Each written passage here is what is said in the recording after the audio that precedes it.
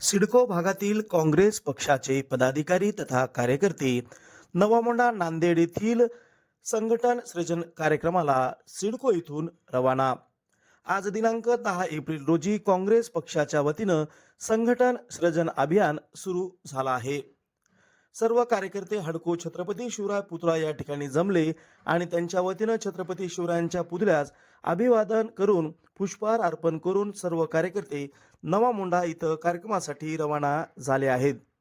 काँग्रेस पक्षाचे नेते वेणुगोपालराव, त्यासोबतच अखिल भारतीय काँग्रेसचे सचिव रवींद्र दळवी, खासदार रवींद्र चव्हाण, पक्ष निरीक्षक अशोक पाटील निलंगेकर, अमर खानापुरे, श्रीशैल्य उटागे, महेश गंगाणे, खासदार रवींद्र चव्हाण यांची यावेळी उपस्थिती राहणार आहे।